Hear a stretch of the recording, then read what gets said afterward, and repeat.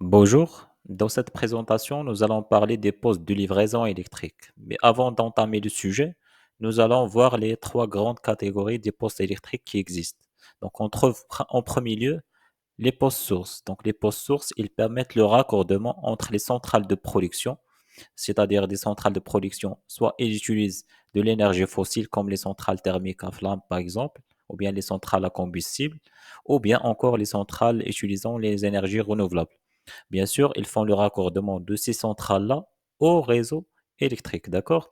En deuxième lieu, on trouve les postes d'interconnexion. Donc, généralement, ces postes-là, ils assurent l'interconnexion entre les pays, d'accord? Généralement en 400 kilovolts, en très haute tension ou bien en 225 kilovolts, d'accord? Et finalement, le poste de distribution. Donc, on parle de poste de distribution ou bien poste de livraison, tout dépend du consommateur à alimenter. Donc, lorsqu'on alimente un ensemble de consommateurs, on parle dans ce cas des postes de distribution. Lorsqu'on alimente un seul consommateur, dans ce cas-là, on parle de poste de livraison ou bien poste d'abonné. D'accord? Le rôle principal du poste de livraison, il permet d'abaisser le niveau de tension, c'est-à-dire le passage de la moyenne tension, HTA, à la basse tension. D'accord? Basse tension, je parle de 400 volts entre phases. D'accord? Donc, on peut classer les postes en fonction, bien sûr, je parle des postes de livraison, donc HTA, BT, dans ce cas, donc moyenne tension, basse tension. Non, on peut les classer selon le type de comptage. Soit on a un comptage côté basse tension, soit on a un comptage d'énergie côté moyenne tension. Bien sûr, à noter ici, donc le HTA signifie moyenne tension dans la nouvelle norme NFC 1500. Donc anciennement appelé MT. Donc on ne trouve plus MT, mais on trouve le terme HTA. Donc HTA, donc c'est une tension entre, voilà, entre 1 kilovolt et 50 kilovolts. Bien sûr, je parle d'une tension AC, alternative. D'accord? Les postes peuvent être installés soit à l'intérieur, soit à l'extérieur. Donc, à l'intérieur, on peut les trouver dans des locaux spécialisés, par exemple dans des locaux techniques, dans des immeubles, etc. Lorsque les conditions environnementales, bien sûr, l'imposent, soit à l'extérieur. Donc, on peut les trouver sous enveloppe maçonnée ou préfabriquée. Donc, maçonnée ou préfabriquée, par exemple, du matériau CCV. Donc, généralement utilisé pour les postes préfabriqués. Donc, CCV signifie composite ciment fibre de verre. D'accord? Ou bien on peut les trouver sur poteau. D'accord? Ou bien en poste mobile. Donc, on va voir chaque poste séparément. Ou bien sur sol à l'extérieur. D'accord?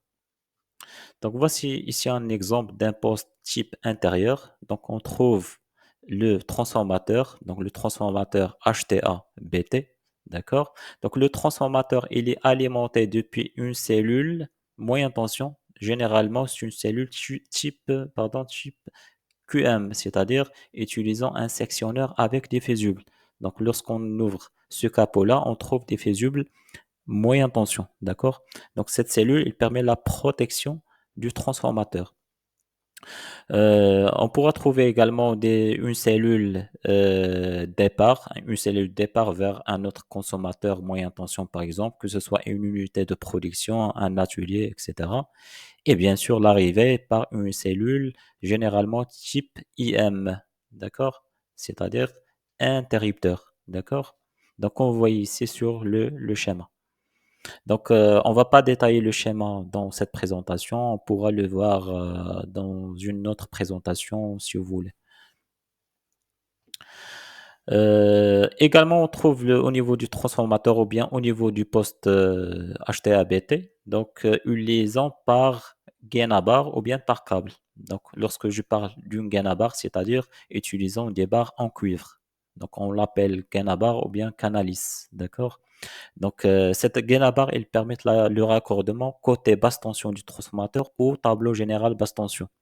Bien sûr, je parle de l'appareillage ici, appareillage basse tension alimenté en 400 volts AC. D'accord?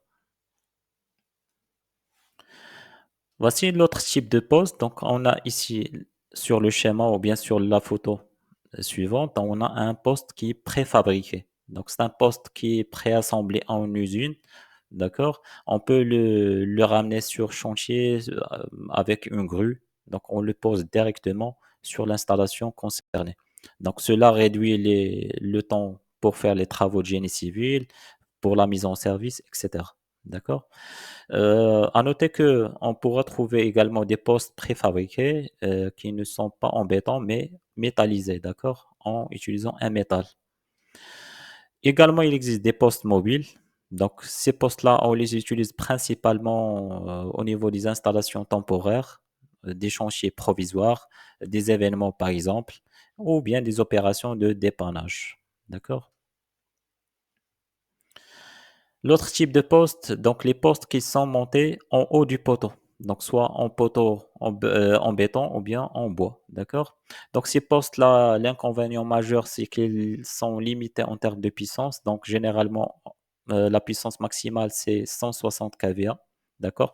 Ici, donc la puissance maximale, généralement, c'est 800 kVA. Donc je parle de la puissance apparente, bien sûr, en volts ampères, d'accord?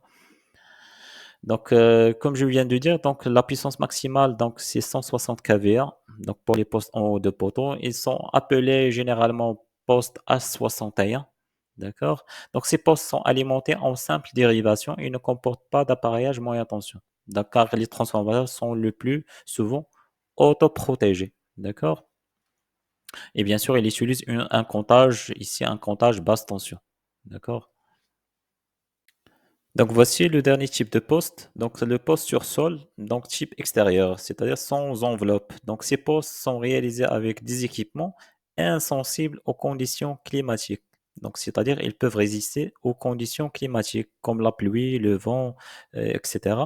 Donc ces postes ils comportent une zone protégée. Comme vous voyez ici, on a une zone protégée par une barrière. Donc cette barrière-là, il permet d'interdire l'accès des personnes aux équipements intérieurs. Donc les équipements, ils sont installés sur des socles en béton.